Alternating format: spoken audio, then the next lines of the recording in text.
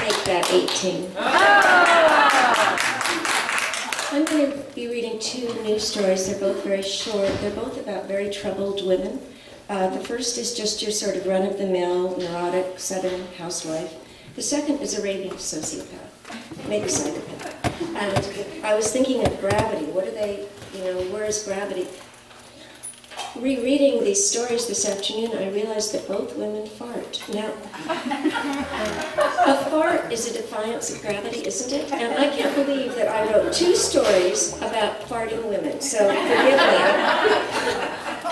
That's the only thing to gravity I could tie it to. So this first one is called Symptoms. Symptoms. Privately, she thought her doctor might have left something in, a needle or one of his tools. She could not take a deep breath or sleep on her left side. The pain was supposed to go away, but it didn't, and she spent a lot of time trying to describe it in her mind. She wanted to be precise when she had her follow-up on Tuesday, and she did not want Dr. Azam to think she was accusing him of negligence or even mildly suggesting a lawsuit. She would simply tell Dr. Azam that it wasn't the dull ache he'd said she'd feel after the hysterectomy. No, this was different. This felt foreign, hard, hostile. This felt like something inside wanted to kill her, which was crazy. The idea of a famous surgeon leaving a clamp or a knife or whatever they used, a staple gun, scissors, inside a helpless patient, that could never happen. Dr. Azam was the best GYN in Atlanta, and she trusted him completely. Her husband, Royal, was his financial advisor, after all, and surely Dr. Azam would know better than to antagonize his own financial advisor. So unless Royal had a beautiful young mistress, and Dr. Azam had taken a bribe and agreed to help him out by making her, Betsy, a stone-cold corpse, and Royal an eligible widower, stop it, stop it. This all came from the trash she'd been reading in bed. Murder mysteries, blood, gore, dead wives everywhere. She should be reading the Russian novels that her book group was discussing, but it was hard to concentrate on anything as complicated as Russia when her side hurt so badly. Husbands in the books she read killed their wives on yachts, on rooftops, in warehouses. They dragged them by their hair, drowned them in their baths, threw them over balconies. So many men hated women. Of course, Royal did not hate her. He loved her. He loved her despite her trifocals, short gray curls, chipmunk cheeks. She still had good skin, thank goodness, and her neck hadn't collapsed altogether, but she had put on weight. Last night, Royal had laughed about a colleague who was sleeping with a morbidly obese client, and Betsy had said without thinking, well, you have your own little fat woman to sleep with, and he'd said, I know, which was not the right thing to say. But that was all right.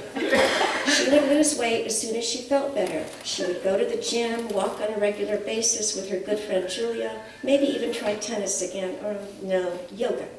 Though she hated the sight of her baggy knees creeping creepily down when she lifted her legs for the headstand, and the way she had started to quietly fart in class when doing downward dog. Downward dog was Royal's favorite position for sex, and she would have to ask Dr. Azam about that too, about sex, that is. Royal wanted her to bring it up at her appointment on Tuesday, and she would, although she did not really see the point. It wasn't as if she could ever have another child at her age, and she would probably never even have a grandchild, not with Chrissy in San Francisco, dead set on a career in filmmaking, and Chad showing up every Thanksgiving with another new girlfriend. Our children are middle-aged, Royal kept repeating last Thanksgiving, and she could tell Chad and Chrissy had heard him and had been heard, which was perhaps one reason why they hadn't phoned once since she'd been home from the hospital, assuming, like everyone else, that she was fine. But she wasn't fine. Something bad was inside her. Maybe an overlooked renegade cancer, sharp and pronged as coral, branching out swiftly in its new dark space. Maybe one of the nurses had lost an earring, or maybe Dr. Azam's wedding ring had slipped into her insides when he stripped his gloves off. Ridiculous. Anyway, did Muslims even wear wedding rings? How long had he been in this country anyway? Maybe he planted a grenade inside him. Who knew where he'd gone to medical school? Pakistan, Tehran, Baghdad?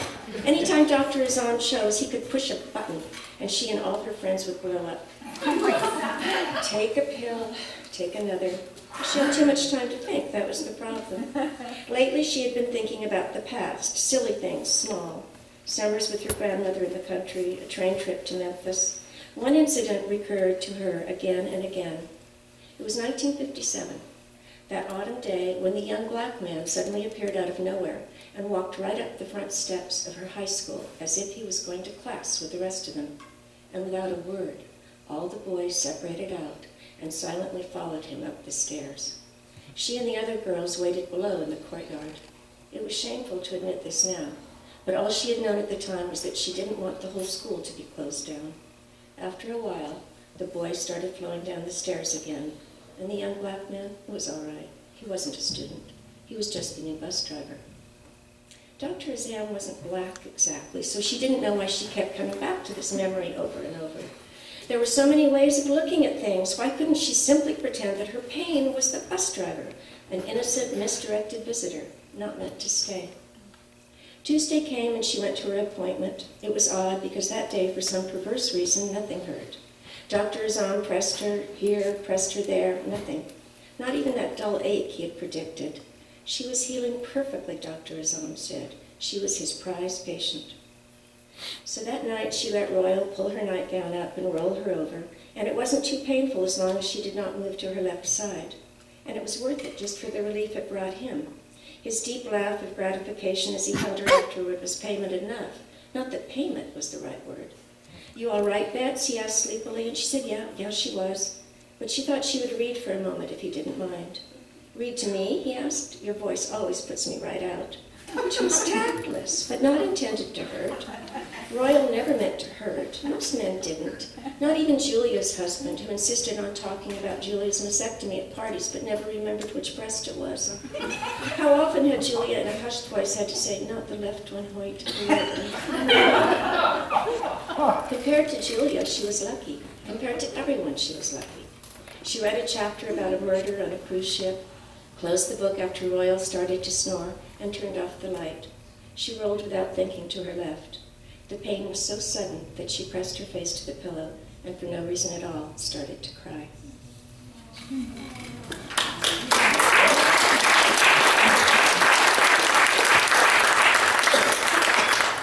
This one's short and nasty, okay, and I let myself off the hook by saying this story was channeled to me by Joyce Carol Oates. This is not me, I love this story, but it's awful. Okay. It's called Not a Cupid. I bought him from a woman in Juarez who said she was his aunt. She said his name was Beto. She said he was 12. He didn't look 12. He looked 10. A black-eyed boy with curly hair and scabby knees. His smile was sweeter than the others I'd bought, and I was surprised when he took my hand as if he trusted me. He did not look back at the woman when we left, though I turned, and for a long time her image stayed in my mind. She was leaning against the bus station wall with my money shoved into her jeans pocket, crying gracias, gracias to the clouds above in an exhausted voice. Juarez is a dangerous town, but I had my knife, and Beto and I walked safely through the crowded streets to my hotel. "Aren't you hungry?" I asked in my bad Spanish. "Don't you want to stop and eat? Shall we shop for new clothes? May I take you to the amusement park, buy you an ice cream?" He smiled, that sweet smile, but said nothing. His hand in mine was small and hot and firm. The minute we entered my room, Beto pulled his t-shirt off and stepped out of his shorts. Surprised, I took in his narrow chest and the thin wings of his shoulders.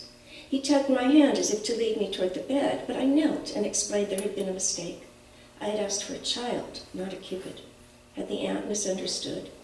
Beto, still smiling, cupped my chin and kissed me, mouth open, slack, damp, his small bundle of manhood innocently adroop.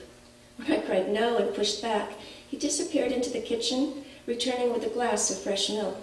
He sat at my feet as I thought what to do. The milk was cold and sweet and soothing, too soothing. Drugged, I slumped to the floor. When I came to, I was gagged and bound, and Odo was at my breasts, sucking like a little monkey. He could not be disengaged, and despite myself, I gurgled in horrified satisfaction. His fingers were everywhere, in my ears, my nostrils, my mouth, my cunt, my anus, strong and nimble and quick and unpleasant. He seemed to have no sense of what was erotic and what was not, and I was by turns aroused, irritated, bored, and brought into unwelcome explosions of pleasure. He licked my armpits, scratched my neck, nibbled my knees, peeled strips of my sunburned shoulders, made my navel a cup for his warm spit. He was, during all this, limp, and why not? He was a child.